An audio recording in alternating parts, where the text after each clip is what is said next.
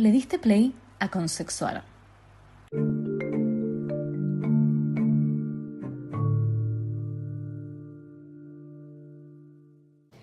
Si el sexo te parece algo sobrevaluado, exagerado, un complemento, un accesorio existencial, pero no te parece lo más importante ni ahí, bienvenida, bienvenido a este capítulo en el que vamos a hablar de el sexo no me interesa. El sexo me resbala, el sexo me nefriega, como decía mi abuela.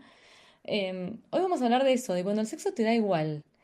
Cuando sentimos que podemos vivir sin tenerlo, sin buscarlo, sin quererlo y, como dicen en España, me da pereza.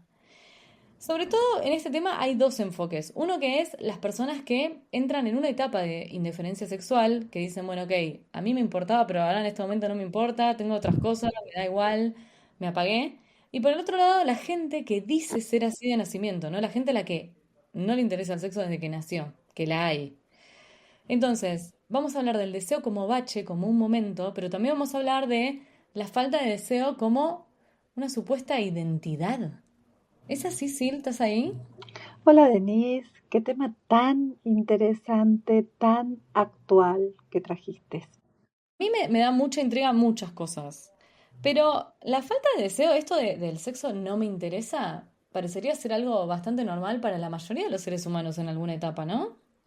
Bueno, en principio hay seres humanos que, por ejemplo, somos mujeres que muchas veces cuando vamos creciendo, el sexo nos deja de interesar, porque cuando la mujer entra en menopausia, muchas veces no le interesa tanto el sexo o no tiene el mismo deseo, porque el deseo va cambiando a veces. Y como en la sociedad nosotros tendemos a simplificar todo, lo sexual es, tengo que tener ganas de iniciar el sexo, de iniciar un encuentro sexual, de buscar a alguien, de buscar todo el tiempo. Y eso, como vos decís, en España dicen pereza, acá le decimos fiaca, hay cada vez más gente con fiaca. Con fiaca. Que me sorprendía, no me imaginé que ibas a entrar directo por el tema femenino. eh, y no, o sea, vos te referís entonces al componente que siempre lo hablamos, al componente hormonal del deseo, ¿no?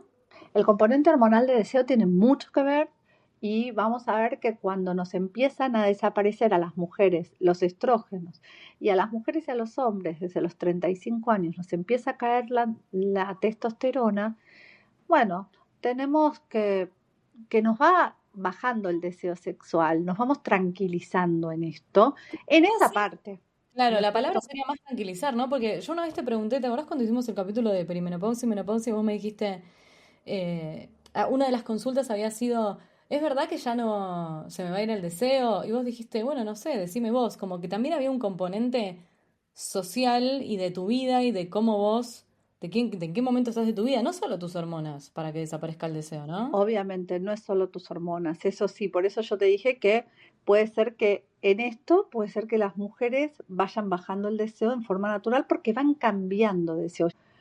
El deseo para la sociedad es el deseo de iniciar una relación sexual o un encuentro sexual con coito.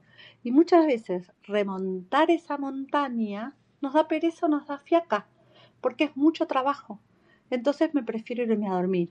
Y aparte esa montaña tiene también miedos y un montón de desafíos en esta sociedad actual y me da fiaca, porque la sociedad actual y los más jóvenes les cuesta mucho, mucho enfrentarse con una actividad no tan bien lograda y se frustran rápidamente y frente a la frustración prefieren evitar lo que viene después, o sea, o evitar esa actividad muchas veces.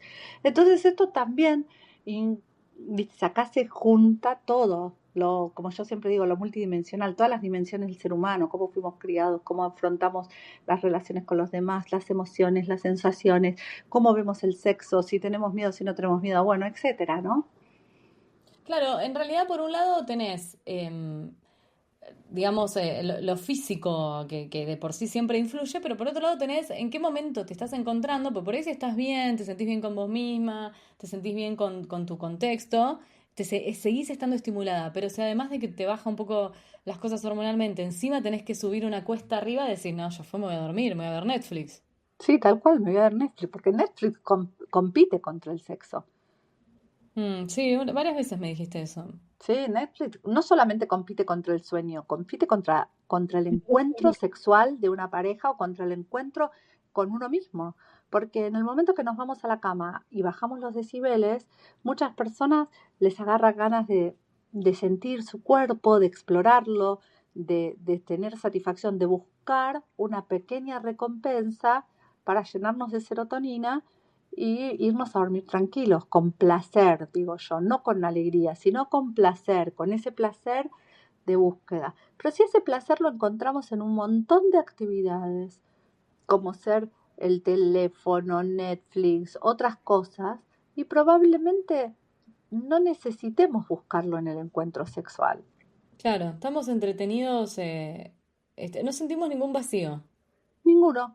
O sea, por lo menos no de búsqueda de placer, porque el deseo es una búsqueda. Porque vamos a tener que decir así para que lo seamos. Podemos hablar del deseo filosóficamente como seres humanos, que es enorme, es lo que la ausencia, lo que no tengo, la necesidad que tengo de algo que carezco, etcétera, etcétera, y podemos filosofar un montón, o podemos hablar en términos cerebrales. El deseo es una búsqueda de placer. Y la búsqueda de placer, placer no significa ni felicidad ni alegría. Es yo necesito mucha dopamina, busco algo. Y cuando obtengo ese algo, me sube la serotonina, tengo placer, me calmo. Pero el cerebro busca todo el tiempo placer en un montón de actividades. Cuando vos lo inundás de serotonina, por la meditación, por las series, por las actividades, por un montón de cosas, no va a buscar nada más, no Ah, o sea, necesita buscar nada más. eso que dicen algunas personas de la verdad que mi vida es tan espléndida, o tan entretenida, o tengo proyectos, o qué sé yo, y siento que no necesito sexo, ¿eso es real entonces? Sí, si ellos lo dicen, es real para ellos. Y es real. Se está viendo cada vez más. Igualmente también, a mí me parece que eso es súper real. Y hay otros temas. Otras personas se escudan en eso porque por ahí tienen miedo de salir de su zona de confort, que eso también puede pasar.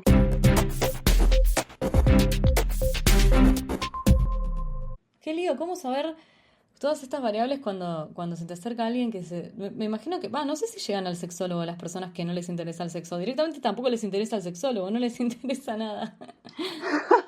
Mira, yo te voy a contar que bueno, que las personas que no les interesa el sexo a veces llegan al sexólogo porque socialmente a veces no está bien visto que no te interese el sexo. Claro. Y, y por ahí tu pareja tampoco, también le molesta que a vos no te interese el sexo. Entonces te dice, che, hay algo mal en vos, porque a O todo sea, el si mundo eso le interesa el sexo. si te dejó de interesar, por ahí te interesaba y de repente entraste, hiciste una curva y saliste a otro callejón, no te interesó más.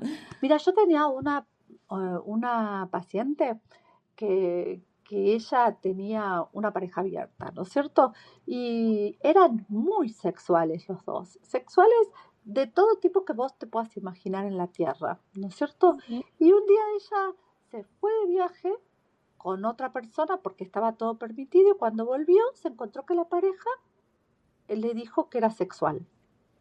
Ah, bueno, Y, y ella dijo, "Vos", no sé, por ahí la otra persona se puso celosa porque yo estaba con otra, o sea, claro. pero en realidad lo que pasó es que le dijo, soy asexual, y en ella se creó un profundo dolor que tuvo que hacer su duelo, pero la otra persona se autodefinió como asexual. Y ella dijo, ¿me quedo con esta persona sexual o a mí me interesa el sexo?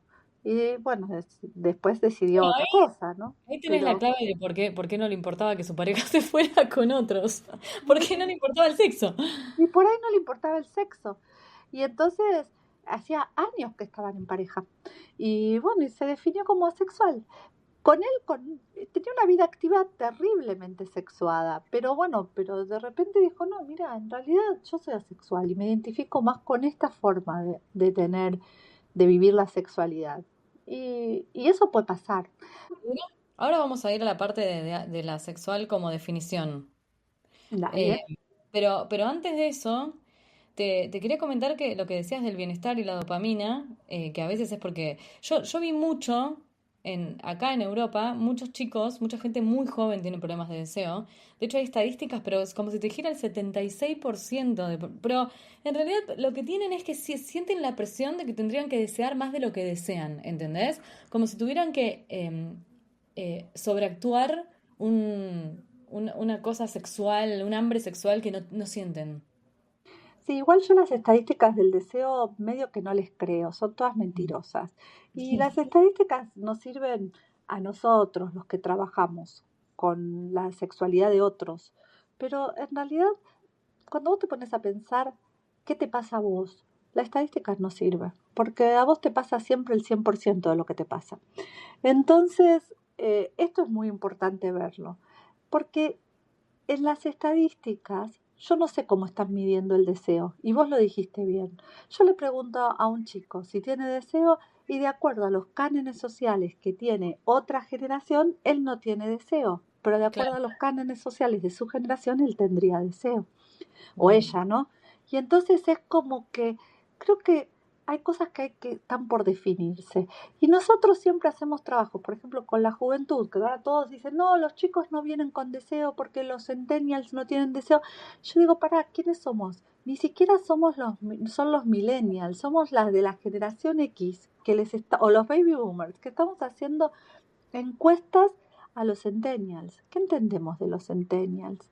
Entonces, eh, a mí me parece que es muy importante que si a alguien le pasa esto, no se encasilla atrás de una estadística, que Ok, trate de ver qué le está pasando y si ok. verdaderamente está teniendo placer y es una vida placentera, o Mm, verdaderamente le está faltando algo de placer eso sexual. te iba a decir.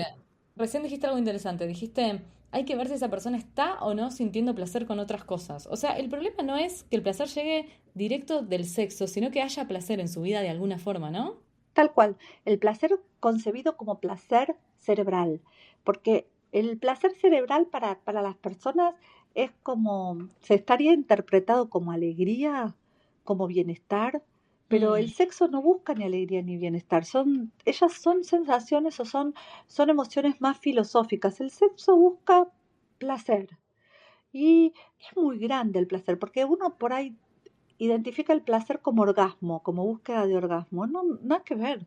O sea, cuando uno busca placer, es el placer cerebral. El cerebro siempre que busca algo, busca placer. Entonces, si obtiene la recompensa obtiene placer. Si no obtiene la recompensa, obtiene frustración, o sea, o displacer. Entonces, y puede sentirse enojo, rabia, distintas ira, distintas tristezas, distintas emociones negativas. Y el placer lo conduce a emociones positivas, alegría, eh, sentirse bien con uno mismo, etcétera, etcétera. Pero eh, eso es lo que buscamos. Y hay personas que no tienen que estar buscando lo semejan, sinónimo de placer a orgasmo. No, claro, o no. encuentro con otra persona o con pieles, ¿no? Así lo que entendemos Sí, hay por- veces que solamente la ternura, un abrazo de un amigo, una buena charla, por eso te dicen, una buena charla entre amigos, genial.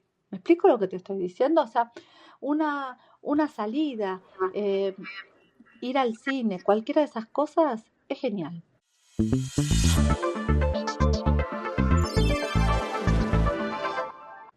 O sea, vos me estás diciendo que cuando alguien va y te dice, mire, doctora, yo estoy preocupada porque no me interesa el sexo, vos le evaluás un poco la vida y ves que si esa persona está... hay una palabra, Sil, que creo que lo había aprendido por vos. ¿Anedonia era? Ajá, anedonia, sí, la anedonia es yo siempre digo anedonia eyaculatoria o esa sensación de orgasmo sin sensación, pero la anedonia es como que le pierde el sentido a la vida, ¿no es cierto? El gusto a las cosas. Ok, entonces vos lo que Entonces, te fijás es que no tengan eso, ¿no? y lo que pasa es que, claro, hay que ver que no tenga una depresión, que no tenga una Claro. anedonia, que no tenga un trastorno de ansiedad, lo que tenga es miedo, por ahí tiene una fobia social y lo que tiene es miedo de conectarse con los demás. Y entonces esa ansiedad, ese miedo hace que no vaya a buscar o evite buscar lo que cree que no va a poder encontrar. O están muy ¿Entendés? estresados, ¿no? Porque yo a veces siento que tenemos, un porcentaje de energía disponible para la vida y hay veces que tenés problemas o tenés cosas que estás destinando tu energía a resolverlas y ahora no es el momento de... No tenés resto, ¿no? A veces pasa eso también. Sí, a veces pasa, eso pasa mucho, pero también hay otros dos temas que me gustaría meter, ya que metiste esto. Uno es la sobreexigencia que tienen hoy las personas de ser exitosas, y más los varones, todos millonarios son, Todos millonarios cripto.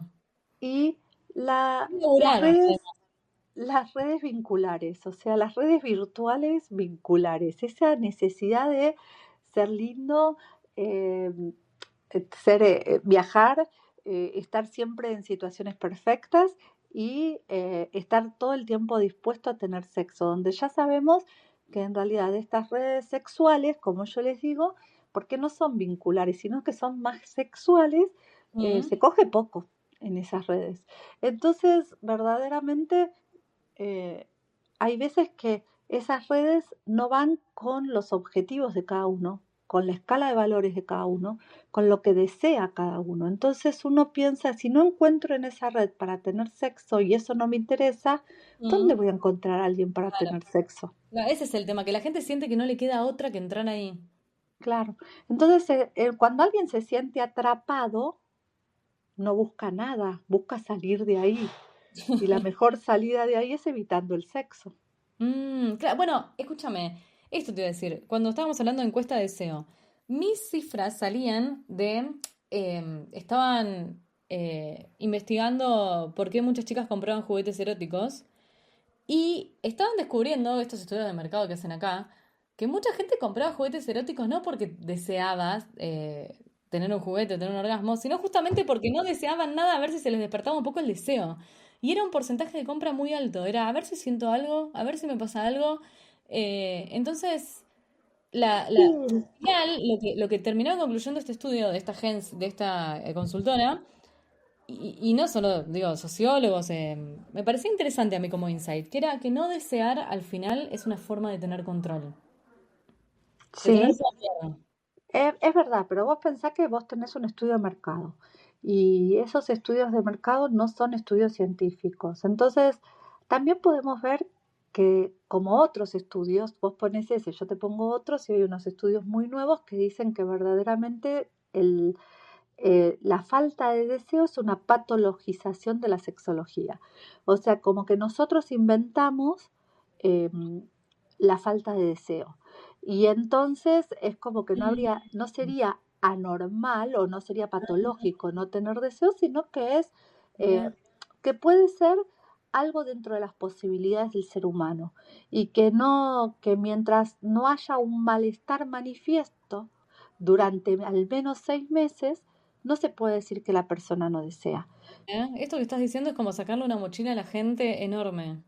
Claro, entonces lo que yo digo es, ahí me quedan a mí los porcentajes entre un 11% más o menos de personas. Entonces yo digo, entre un 9 y un 11% a nivel mundial, te estoy hablando que coinciden todos los números. Entonces yo digo, ah, bueno, entonces no es para tanto. Esa persona que se siente mal no deseando sexualidad es poca. La mayoría está bien. Y que a veces desea, a veces no desea, y tiene etapas, ¿no es cierto? Como fuimos diciendo. Y si nosotros no patologizamos eso y lo tenemos como una posibilidad más de nuestras vidas, por ahí nos sentimos mejor. Claro, en realidad lo que lo patologiza no son solo ustedes los sexólogos, ¿sí? Para sacarles un poco de... Lo que lo patologiza es el marketing, las canciones, todo está armado como para sentir que la vida tiene que girar alrededor del deseo y la gente, yo creo que nadie la gente no lo suele decir en voz alta, pero por dentro todo el mundo sabe que la vida es mucho más que estar caliente todo el día. Por supuesto que sí, y aparte estar caliente todo el día. Por ejemplo, si vos estás caliente todo el día, de vuelta volvemos a esto que podría ser la adicción al sexo o la hipersexualidad. Yo estoy caliente, tengo la recompensa, no la siento como placentera o el placer es efímero, se me va de las manos como el agua y vuelvo a buscarla y vuelvo a buscarla y vuelvo a buscarla. Entonces, en realidad ese deseo me da un vacío más que una saciedad. Es cero saludable y es todo lo contrario a lo que te están vendiendo. Claro, entonces no me da placer eso, me da una frustración absoluta. Entonces, ahí no estaría, ya estaría hablando de otro tipo de entidad, pero también la tenemos que tener en cuenta, porque muchas personas que estarán escuchando este podcast por ahí dicen, es imposible que alguien no tenga deseos si el sexo es lo mejor del mundo. Bueno, lo que para mí es más importante es saber que cada uno es diferente y que tenemos que empezar a mirar a la gente con mayor empatía, como el otro se ve, o preguntarle al otro cómo siente esto, porque si no, siempre que vamos a una relación sexual, a un vínculo, a agradar o qué sé yo, vamos con todo este bagaje. Y si yo ¿Sabes voy qué? pensando que el otro no puede no desear, y le voy a decir, vos tenés un problemita. ¿Sabes qué? Yo me acuerdo que cuando hacía terapia, una vez mi psicóloga me dijo que a veces la gente iba al psicólogo a obtener permisos. Y cuando Oh, decías esto pensaba, y tal vez alguien va al sexólogo a que le diga, sí, la verdad podés no estar caliente en una etapa, podés no estar caliente todo el día, puede que para vos lo más importante no sea el sexo. O sea, vos sos la clase de sexóloga que puede llegar a decirle algo así a alguien, ¿no? Por lo que veo. sí, totalmente. Nosotros tenemos una herramienta que la crearon en 1976. Anon se llamaba la persona que la creó de apellido, y el primer escalón de la terapia sexual es el permiso. O sea, yo tengo que permitir un espacio para hablar de sexo, para validar a la otra persona y para ver que probablemente que una persona yo le saco toda esa presión y es normal. Entonces me dice, bueno, pero yo la verdad que deseo cuando amo. Bueno, entonces tendrás que Dos amar. veces en tu vida, vas a decir. Vas a desear menos veces en tu vida. O deseo cuando estoy muy bien con mi pareja. Perfecto, entonces ahí vas a desear. El problema es cuando se crea una discordancia de deseo, o sea, una simetría en el deseo de uno y del otro cuando estamos en Eso te pareja. iba a Pero decir. A eso iba a ir en lo próximo, pero también te quería contribuir algo antes de que pasemos a la disparidad de deseo, ¿no? Que es que hay gente que tiene una vida interior también muy interesante, ¿no? Gente que dice, no, yo no necesito hacer algo, tal vez están escribiendo, están inspirados, están mirando, están, no sé, están absorbiendo la vida de otra forma, no necesariamente con el roce, con un desconocido que no van a volver a ver más, ¿no? Como está pasando tanto en el circuito del deseo. es que hay muchas personas que el sexo con un desconocido las atrae muchísimo y hay otras personas que realmente le causa rechazo, altísimo rechazo. Y yo creo que igual esto es la influencia negativa del porno, ¿no? Y de a dónde nos fueron llevando y también un poco de los ismos, ¿no? De los fanatismos del péndulo, ¿viste? Que se va de un lado para el otro, del silencio absoluto sexual a la liberación absoluta sexual. Y por Mm, ahí nuestro deseo está en el medio del péndulo, ¿viste? Cuando logremos un equilibrio, y que bueno, no es lo mismo un adolescente que un adulto, que una mujer más grande. Eh, Nosotros tenemos que tener nuestra medida de deseo. Y nuestra medida, algunos tendrán una damajuana y los otros tendrán una copita de coñac, ¿no es cierto? La verdad es que las diferencias son abismales entre persona y persona.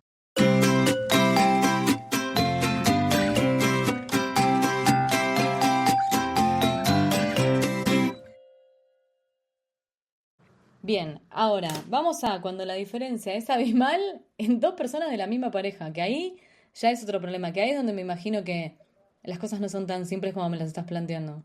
Y ahí no son tan simples, porque generalmente cuando entramos en lo que es una pareja que tienen dos visiones diferentes o dos tipos de frecuencia de deseo diferente, los dos quieren ganar.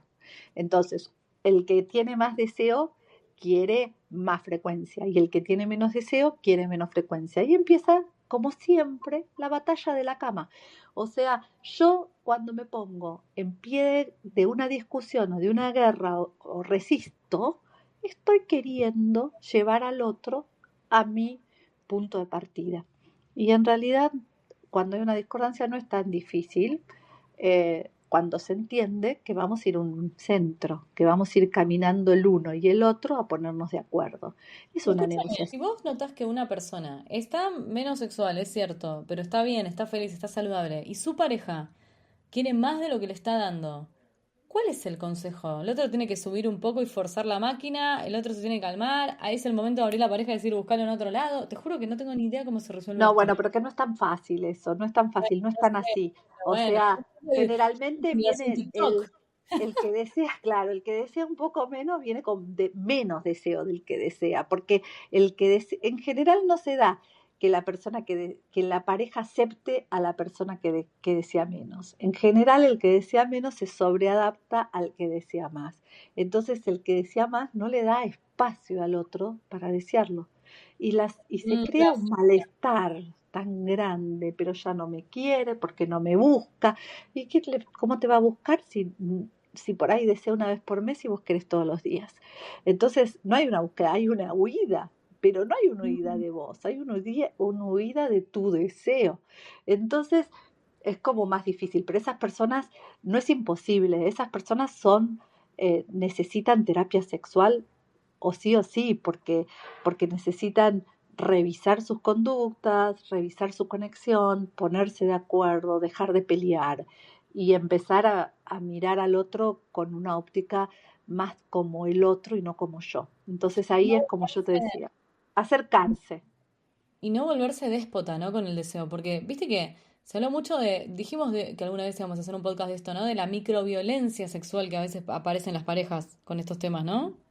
Y sí, aparece una microviolencia y aparece como esa sensación de que, y una microviolencia de los dos lados, ¿eh? No es solamente del que desea mucho, a veces el que desea poco también es violento Y con sí, el porque no lo otro. aguanta más al que desea mucho. Sí, y generalmente cuando no tienen más sexo es el castigo del que desea poco al que desea mucho. Entonces también es una microviolencia, como decir, no me busques más porque no te aguanto.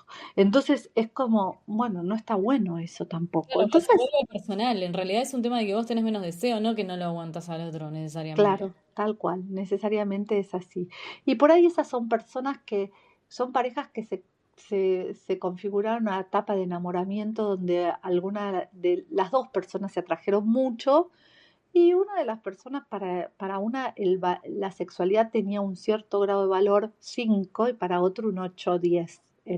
Mm. Entonces, el encuentro sexual para uno era muy valorado y para otro no tanto. Y cuando ya se van amando, van conectándose mejor desde otros puntos de vista, la persona que el sexo no era tan importante va a tender a no ser importante. Que él era más necesario y más valorado, le va a seguir siendo valorado. Y bueno, es algo en lo cual hay que trabajar. ¿Vos me decís que estas cosas tienen solución? Ay, sí, tienen solución y mucho más simple de lo que las personas piensan. Mucho más simple de lo que las personas piensan. Encontré muchas parejas que se estaban por separar por estas cosas. Y cuando uno empieza a hablarles bueno, miren todo lo que se aman y cómo podrían empezar a hacer estas cosas. Porque esto también, viste, hay veces que al no pensar que puede haber una solución, empiezan las infidelidades, ocultamientos, malos tratos, que no tienen ningún sentido de ser. Si vos Claro. amás a alguien, lo mejor es vamos a una terapia, lo charlamos y van a ver cómo se van a poner de acuerdo los dos. Cuando contás las cosas me da ganas de tener el problema para ir a terapia. Porque me No, muero de no. intriga. Me muero de intriga como es, te juro. Bueno, por ahí algún día te encuentro en terapia, pero bueno, pero Tarde o temprano todos caemos en terapia. sí, pero bueno, pero lo interesante es saber que hay una salida, porque lo que yo decía antes, cuando uno se siente atrapado, lo único que quiere es huir. Y yo lo que diría es que cuando vos te sentís atrapado, consultá, porque eh, creo que se puede mejorar, uno puede salir y puede ver que por ahí no era un callejón sin salida, era otra Mm, cosa. ok. Bien, me queda ahí como cortito a ver si lo tenemos que desarrollar en algún otro momento, pero la cuestión de la identidad de la asexualidad. Mm. Me parece que da como para un capítulo completamente distinto, ¿no? Ay, la verdad que a mí me gustaría hacer un capítulo sobre asexuales, porque eso, como vos dijiste, hoy por hoy es una orientación sexual. Y como está considerada una orientación sexual, por ahí tengo que explicar qué es una orientación sexual. Y Sí, es ok. como, me parece que les tenemos Muy que dar su delicado. lugar, porque si no, pobrecitos, siempre quedan en un costadito. Mm. Es muy ¿Viste delicado cuando van a la marcha del LTGBQ, etcétera? En eso, ahí se quedan en un costadito. porque van al extremo opuesto, o sea. Claro, pero no tienen un lugar. Entonces, por ahí le podemos dedicar un podcast entero. Bueno, les vamos a dedicar, pobrecitos. No, no le digamos pobrecitos No, no tampoco. le digas, pobrecito. Yo lo que digo es que se merecen un podcast entero, porque son Obvio, personas muy muy complicado. nobles y porque son personas que también hay muchas personas que lo son y no saben que lo son y necesitan entenderse. Bueno, ya vamos a hablar de esto. Mm. Bien, bueno, Sil, entonces, ahora estamos con disparidad de deseo. ¿Están por tirar todo por la borda porque no están coincidiendo con sus parejas? ¿O se sienten raras porque tienen mucho menos sexo que sus amigos o sus deseos? O, bueno, lo que sea, pueden hablar con Sil Valente que está ahí. ¿Dónde está Sil? ¿Dónde te encuentran? En @consexuar o Ahí en info, Instagram. sí, o info @consexuar.net. Bien, bueno, le escriben así, le piden cita online y empiezan a ver qué onda, empiezan a explorar, siempre vale la pena. Y bueno, ya saben, si me quieren escribir a mí, nos quieren pedir temas, lo que sea, @Denise Murs es mi Instagram, Denise Tempone es mi nombre. Gracias, Sil, otra vez por este encuentro, un placer hablar con vos. Igualmente, y a todos. Hasta la próxima. Hasta la próxima.